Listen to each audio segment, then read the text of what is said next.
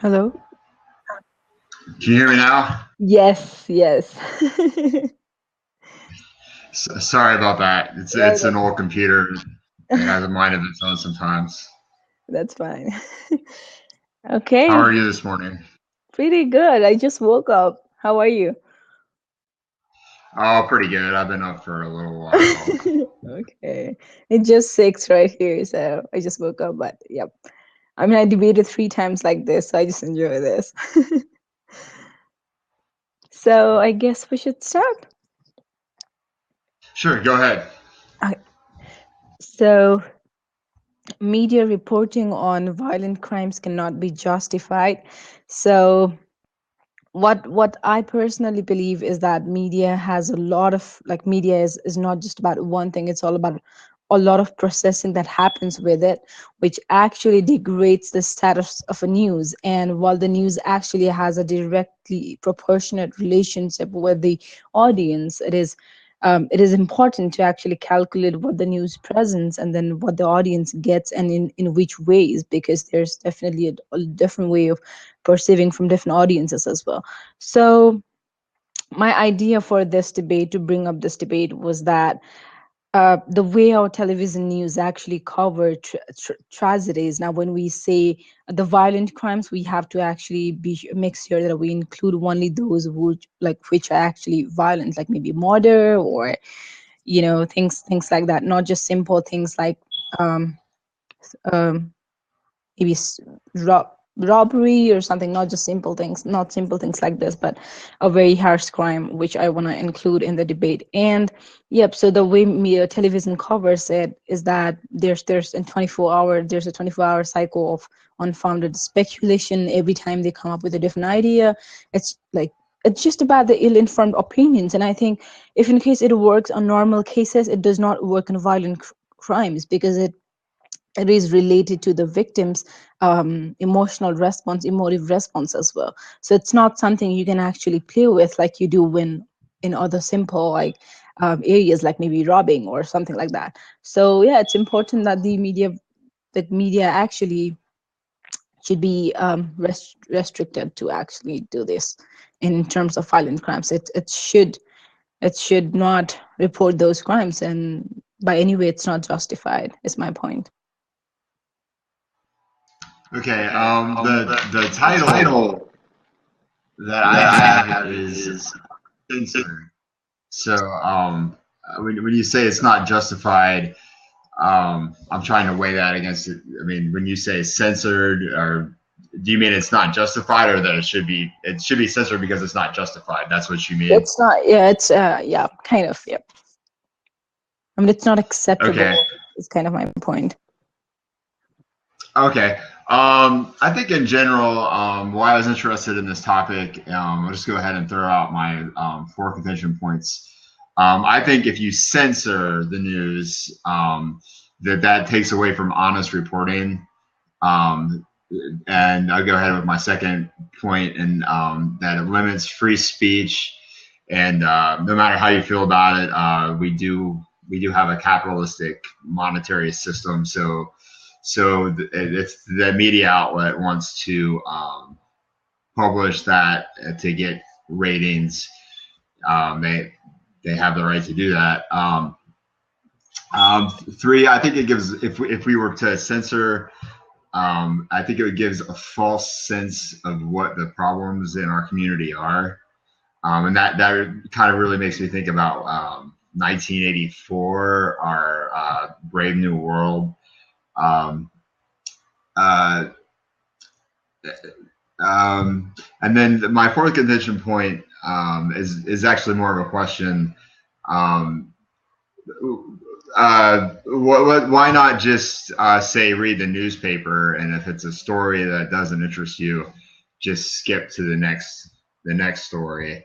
And as far as victims go, like a victim of a sexual crime, I don't believe the media would be able to publish their name, or even if they were, I think it would be considered distasteful for them to do that. I know they definitely can't publish the name of a minor.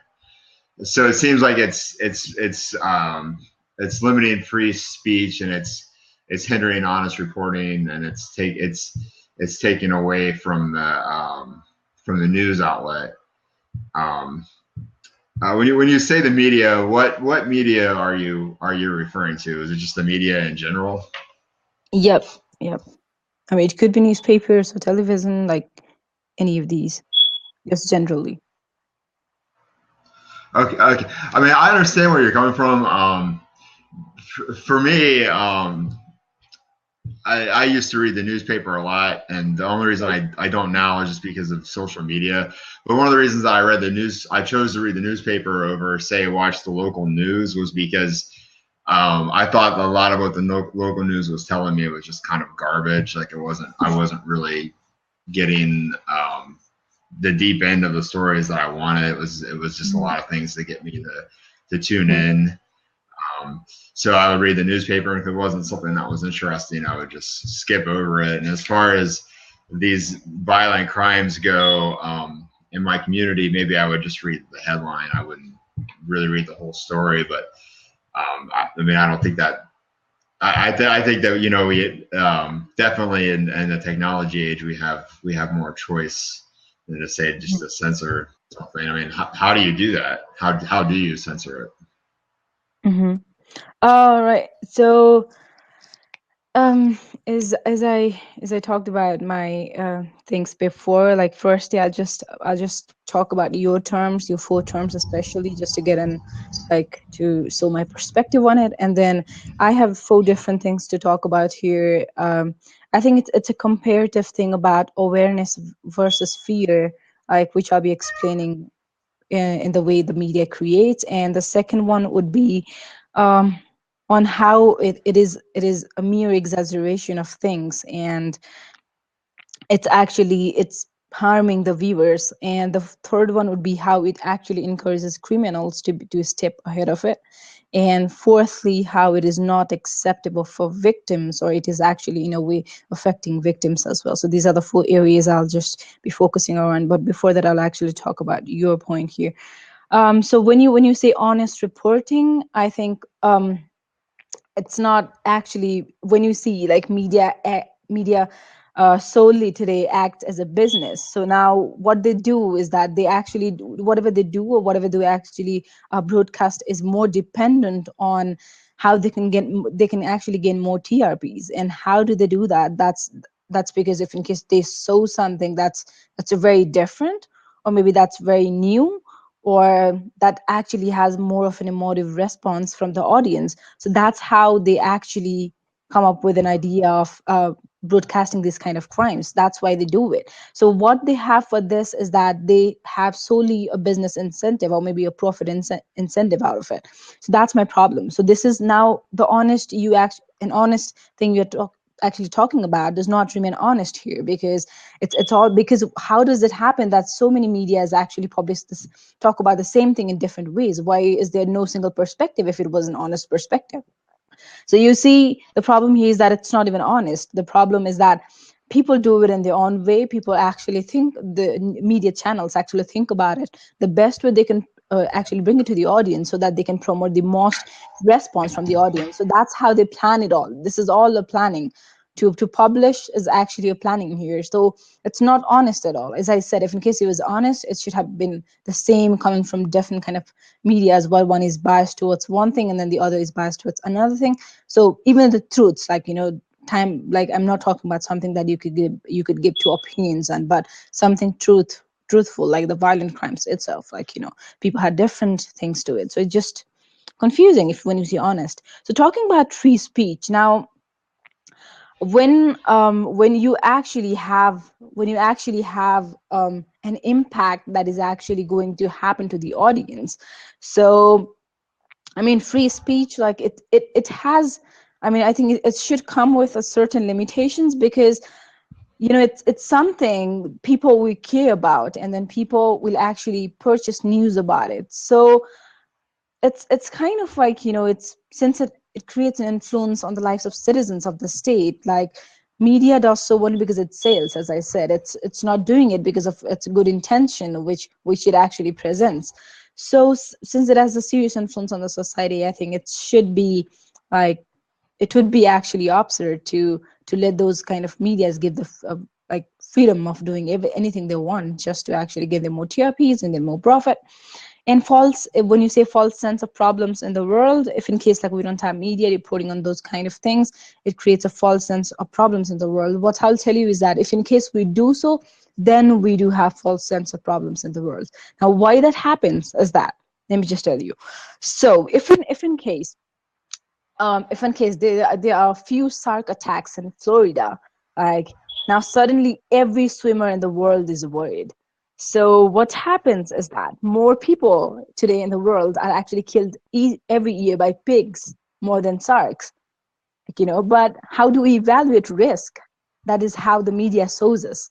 Now, when the shark attacks happen, every swimmer is worried now. So what happens is that if a risk is actually shown in the media, we tend to actually overly react on it. Now when you see in the same case itself, like if in case there's a kidnapping that actually happened in one city of the corner, suddenly from the next day mothers all over the country suddenly actually worry about the risk to the children. So it's something that's, it's not how we evaluate risk, and the media is actually teaching us to evaluate risk in a different way. Because as I said, like in terms of sharks as well, there are people who are killed more by pigs than sharks, but still, like we have now a false kind of risk developed in ourselves. And the fourth question you presented was like, why not read the newspaper? Like if story doesn't interest you, you could just like leave it up. But as I said, like when there's a thing about humanity or human sympathy, that we actually tend, that's how we go, like we tend to actually have more of a response to it. So that's why actually when the reporting on violent crimes happen, like it's just, I mean, you couldn't actually just seize that away from you. If in case something like that happens, it's in a way it evokes a response in you being a human, and then which we tend to human sympathy. So that's why I think it's not. I mean, it's not quite a good point here.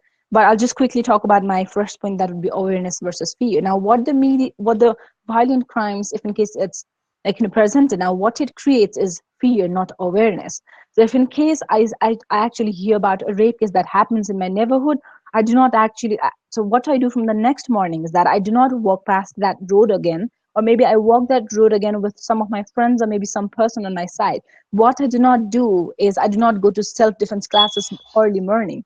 So like, I do not start going to self-defense classes early morning from the next day. So that's the problem here. It's not creating awareness, but it's creating fear among the people.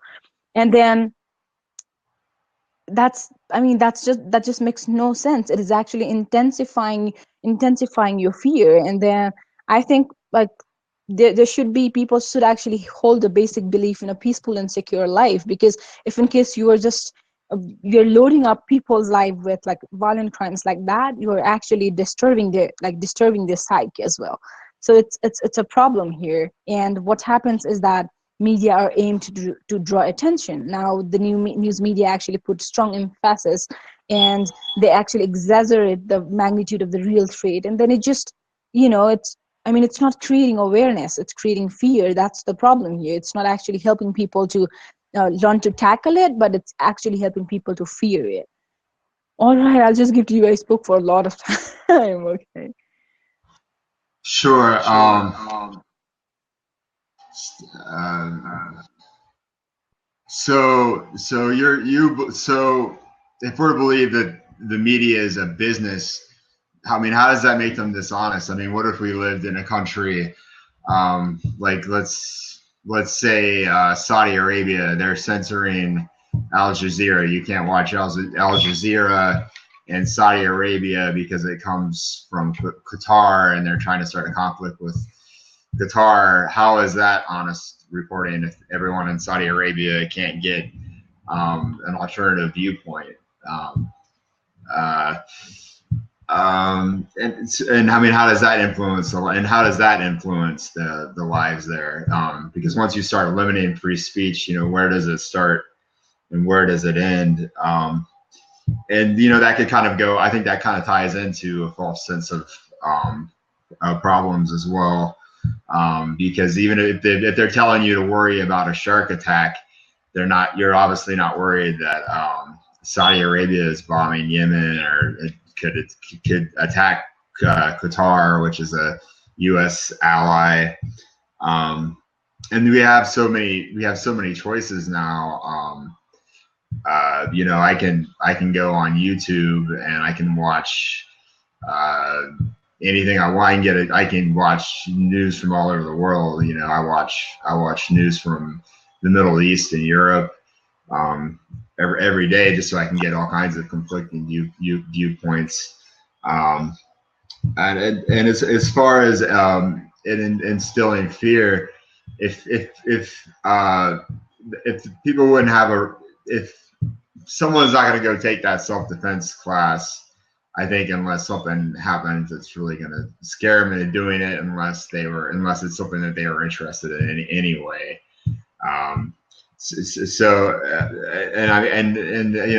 It kind of goes, and it goes back to, I think it goes back to that idea of, what I'm trying to say here is that with if this idea of fear and exaggerating the meaning, if I'm worried about a shark attack, I'm not worried about the war that's going on. Definitely not getting, when I'm hearing about a shark attack, I'm really not hearing about the war that's going on. And that was one of my reasons that I decided to look at newspapers and use electronic media, was because if I'm getting stories about whatever violent crime occurred here, I don't know what's going on in the greater world, and you're just kind of putting the wool over my eyes. So there's actually a little bit of an agreement, but I think that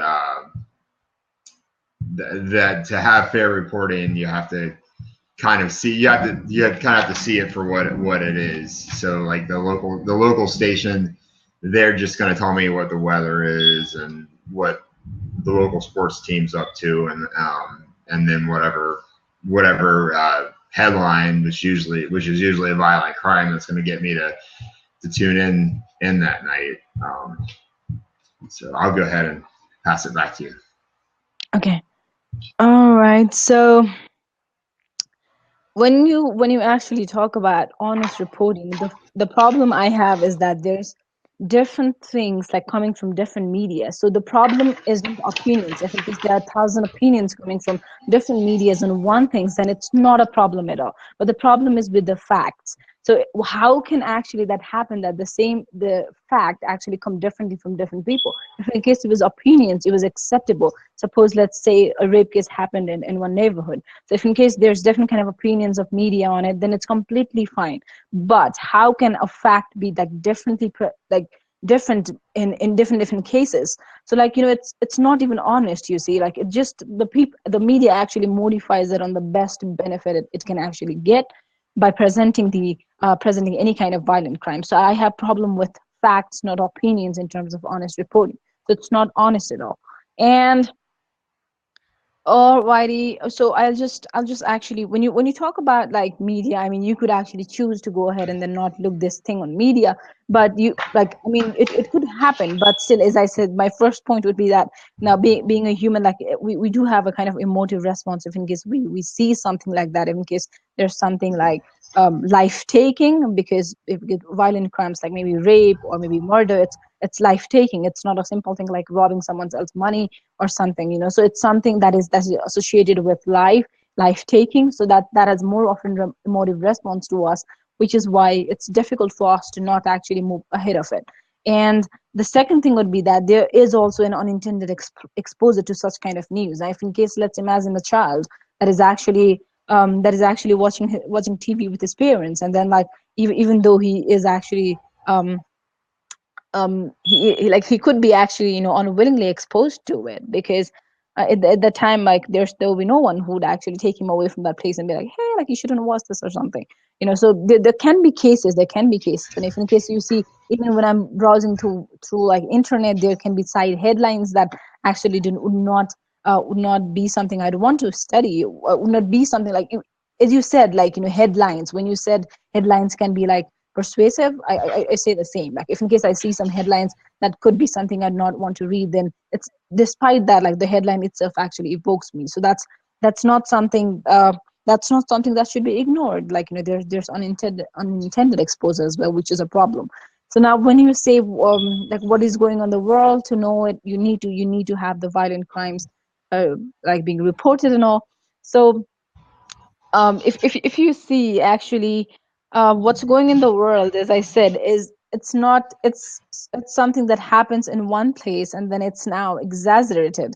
Now it's actually intensified in such a level that people are like, actually made felt that it's happening everywhere, every corner of the world. And what it passes is that it passes a big sense of threat to the audience. It's I mean, it's not an idea, it's not actually giving you the perfect a reflection of what's going in the world, but it's actually asking you to fear about what's going on in one corner of the world, which is a problem. Because if in case that happens, you are distorting the basic belief in a peaceful and secure life, and you are actually expecting a violent crime, or maybe like something that could actually never happen to you. What it does is, actually, it damages the psyche of people. That's the problem here as well. It actually helps them, it actually distorts their, like, it actually distorts their peace as well.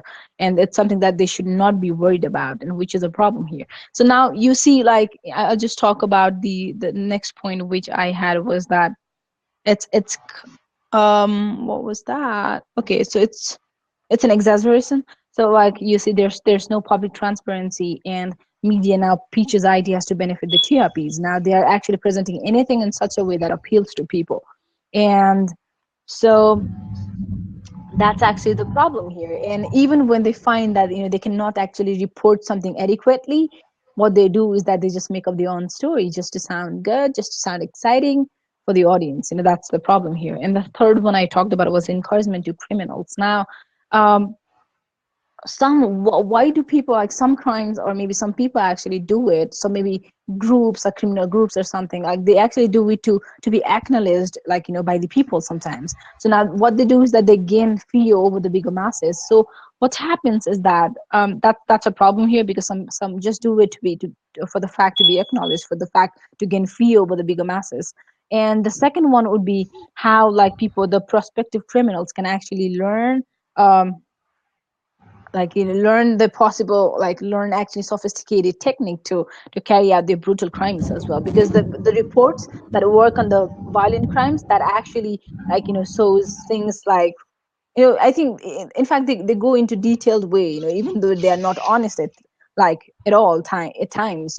So now what can happen is that it could actually show them what mistakes they could have possibly made. And then, like, it just turns them into more skilled professionals, because everything else is actually shown in the media about, maybe, how it happens and all. So I think it just gives them an idea of, like, how to effectively work on it, or how to actually better the situation the next time. So that's a problem here.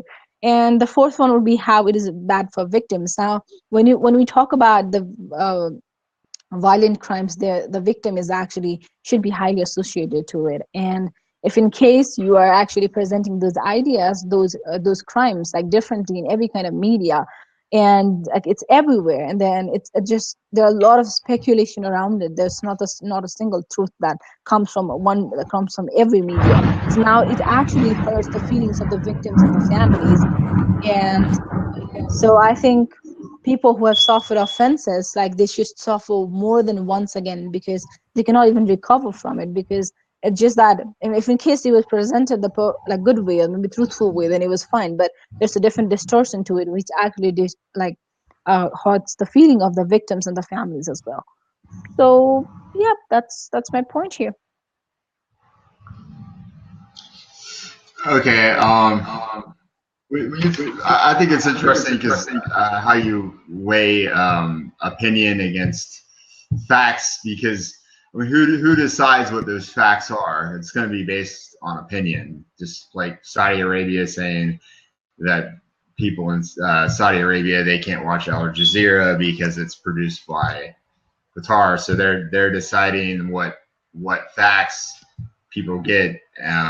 Especially with a country like Saudi Arabia, who is so heavily involved in the United States and uh, has been involved in a pretty nasty war in Yemen for a couple of years now. So who decides? And I think that kind of goes back to your idea of transparent of it being transparent is who's going to decide what those facts are? How is it transparent? And you know, I'm definitely not trying to promote like a conspiracy or something here, but think about an event like 9/11. Think about a major terrorist event like 9/11, and think about how much stigma and scrutiny there still is around that, and how much disagreement there still is, and controversy.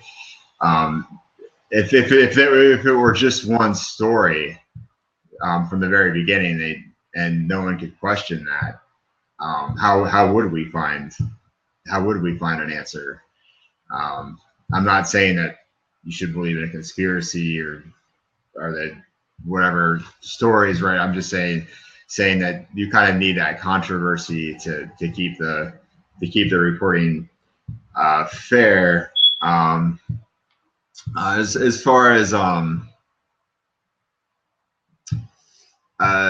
far as victims and taking peace away, I think that, well, as I've already said, if it were a sexual crime or if it were a minor, that person's name would probably be censored to begin with, um, and I think it kind of goes both ways, because I can think of plenty of examples where the person uses their victimhood.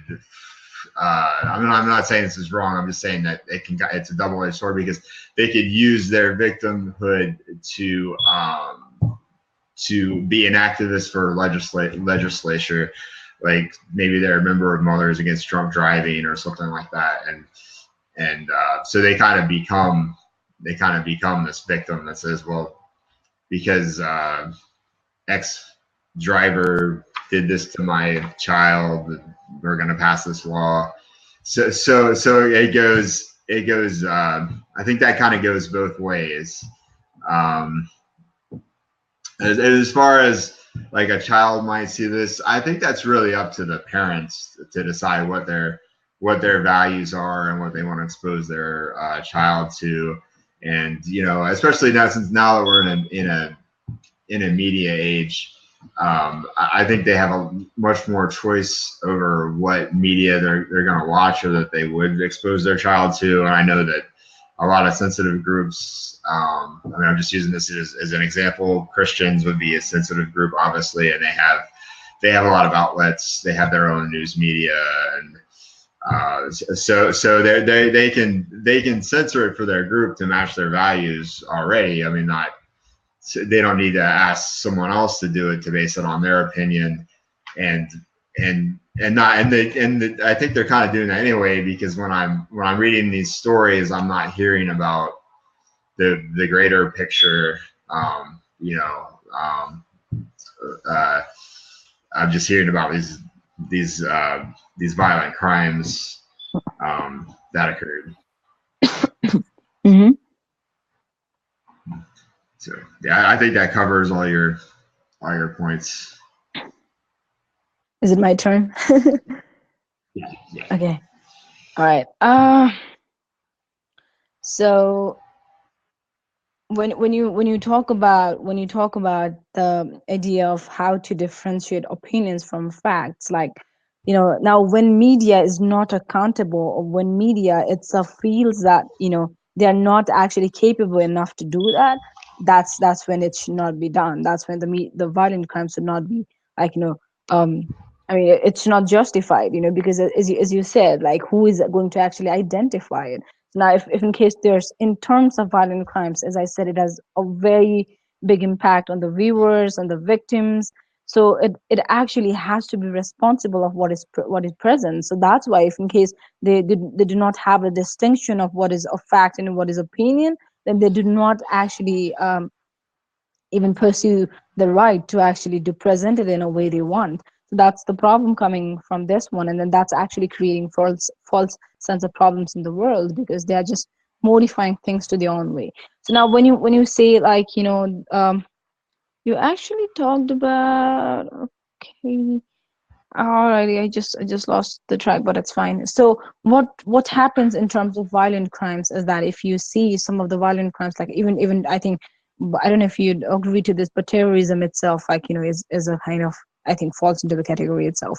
So it's a crime against the mind, and the real target of a terrorist is actually morale.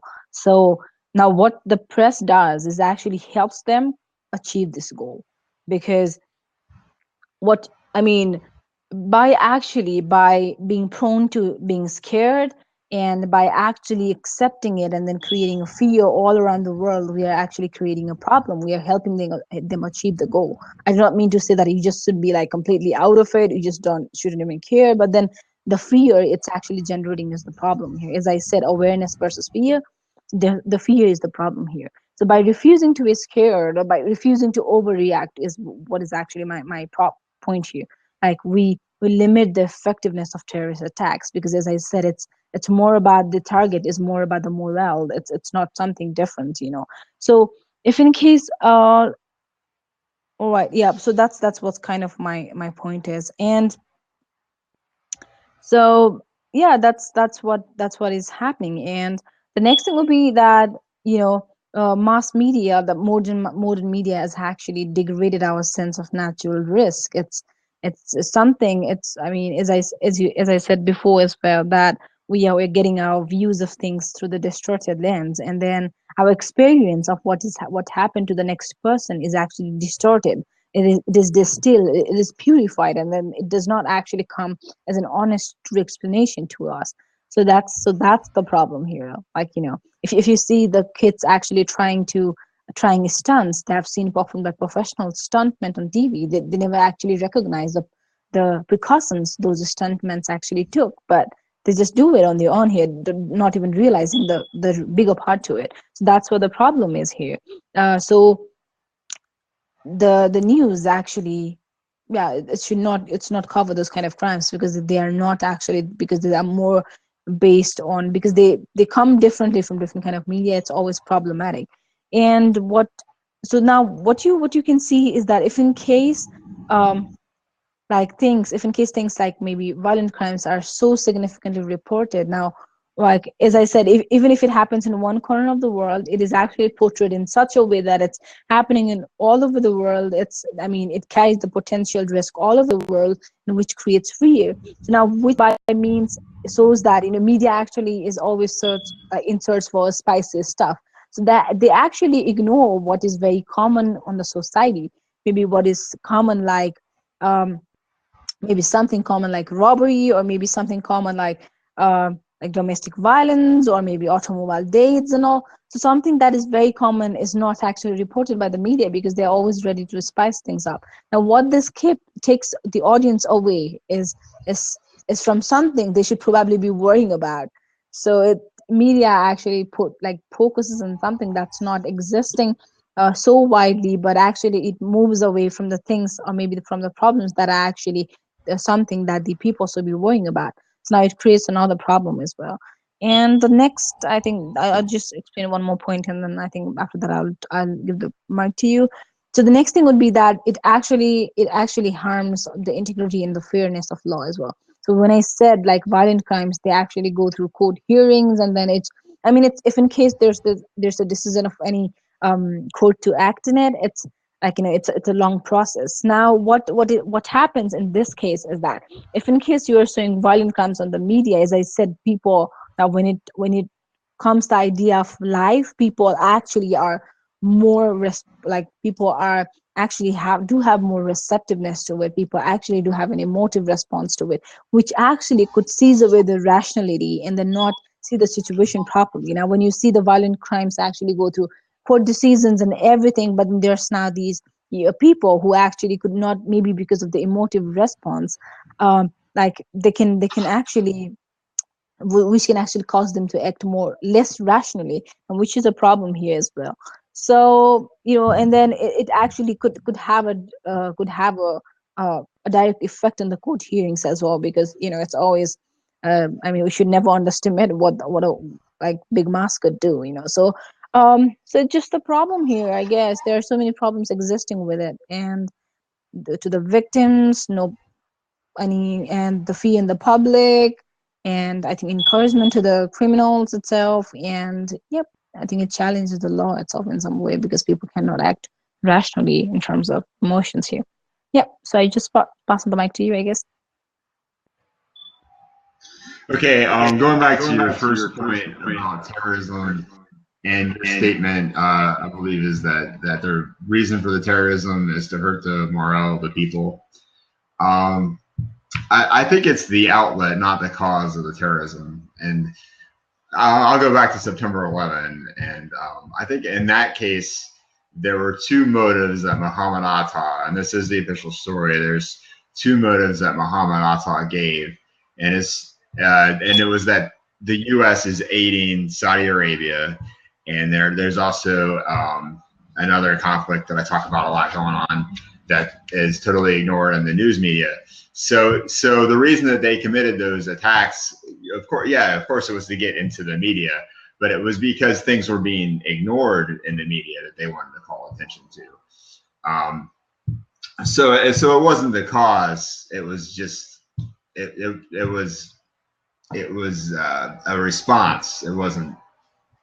That's what the response was about. It was about things that these people thought they were oppressed, and it wasn't in the media, and of course the U.S.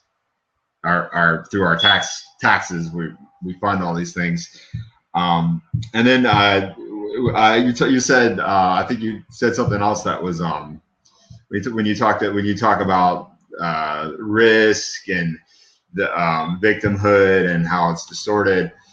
You mentioned and fear as well. You mentioned robbery and domestic violence, but when I think about those two crimes as compared to, say, a very heinous violent crime like murder or rape, the person who's being robbed, they're in jeopardy of being robbed again. So and it's not really in their interest for the media to say, hey, such and such house at this address just got robbed, because that could target that area or that person for a robbery. And I don't know if you've ever had people steal from you, but it's actually very hurtful and demoralizing. So I think if they were to report about that, that would definitely wouldn't help the victim. And I think especially when the same thing goes for domestic violence, where if that were on the news, that would really be hurtful for the victim, as opposed to going on to when you say that it encourages crime. So we're just kind of assuming that life imitates art, and art doesn't imitate life. Um, uh, that it encourages the criminals. I think if you're going to be on the news that you killed somebody or that you raped somebody, I mean, that's pretty much the end of your life. I mean, the only exception is that you're going to be in you're not going to have freedom anymore, and you're not going to have a pleasant life anymore. But I think really just being the humiliation trumps that. So I don't see how it could encourage criminals. I mean, I guess you could kind of throw the natural born killers argument in there, like where it was they did it to become famous or whatever. But I mean, that's maybe just a couple. That's like Charles Manson, or that's it. I don't even think there's a lot of serial killers who do it to be famous. I mean, I don't even know how you could do something like that once, let alone over and over. When you say that, when you talk about accountability and the terrorism being to hurt the moral, well, the terrorism is an outlet. It's not the cause, and the reason for the terrorism is probably because they feel like people should know about something. I'm not saying that it's right for them to act that way, but it seems to me like it's more of a reaction. And I think you're kind of holding a double standard when you say that they should talk about robbery or domestic violence, because that would be harmful to the victim. And as far as encouraging criminals, I don't think we can assume that life imitates part, and I think it would be there really wouldn't be anything more humiliating than in a lot of cases. I mean, even if it was just like something stupid, like somebody got picked up for drunk driving, you know, if it was in the newspaper, or their book photo was published or something, they would probably be pretty humiliated about that. So there's less than 5 minutes left, so we go ahead and pass it back to you. All right. So, okay. And so when you actually said talked about the terrorism thing, which that the kinds of like falls on my point that like when you say they because they're oppressed and then they want to make their point to the audience, that's why people actually do it. That's why people actually tend to. I mean, that's why terrorism comes into the media. So now, like that's what the problem is. That's what as I said, like it's the intention is to hurt morale, and then now they are actually succeeding in what they did. So I'll just give you an example of how things differently happen in two different countries, I guess. Okay, so like there was a long spate of IRA bombings in England, and I think Northern Ireland in the 1970s and 1980s, actually the press, they understood that the terrorists actually wanted the British government to overreact, and then so like they actually got the idea, but US press actually demonstrated no such understanding in the months after the 9/11. So I think that's why like it became a big part in the national politics of America itself, because like they could not the press could not actually demonstrate an understanding that what that what the terrorists exactly wanted. So like as I said, the by refusing to be scared, by refusing to especially by refusing to overreact, you will actually be lessening such like such crimes, because I think the main attack of these kind of crimes would be actually morale here. And the next thing you talked about is that like that I talked about how the domestic violence or maybe robberies should be reported instead of it. The main focus when I say this is that what is important to audience is not something that happens like just like I mean among maybe billions of people in one corner of the world, but what is important is that what happens everywhere, like maybe every hour, what's happening every hour. So that's what something people should be updated about. That's what something people should know about, because that is likely to affect them, likely to create an impact on them as well. So that was my main point when I said like people should be informed about what's happening everywhere.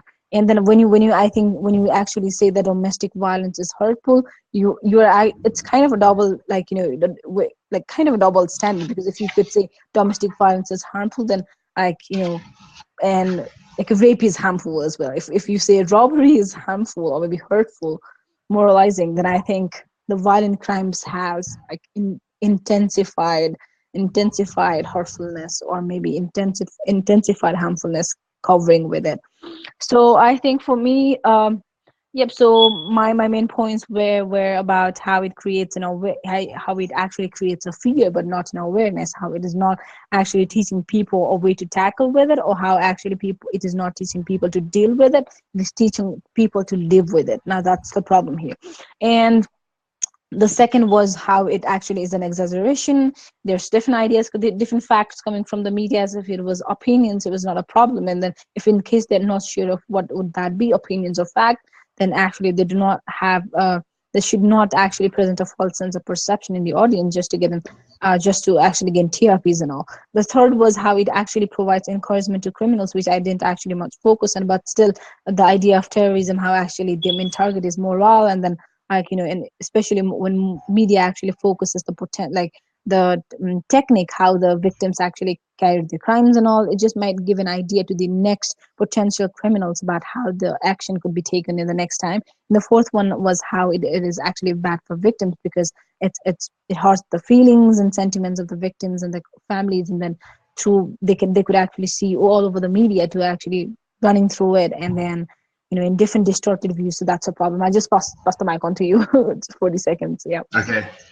Well, I have 30 seconds, so I'm just going to close by saying because we live in an open technology age, there's no way to censor media from reporting on violent crime. People uninterested in violent crime should turn to alternative outlets. 20 seconds left for your first point on terrorism. I think it goes back to the cause of it. Even if it's to create fear, it's because something was censored in the first place that they wanted us to know about. Going back to your second point, I don't think it's. I think it's the media's role to educate us.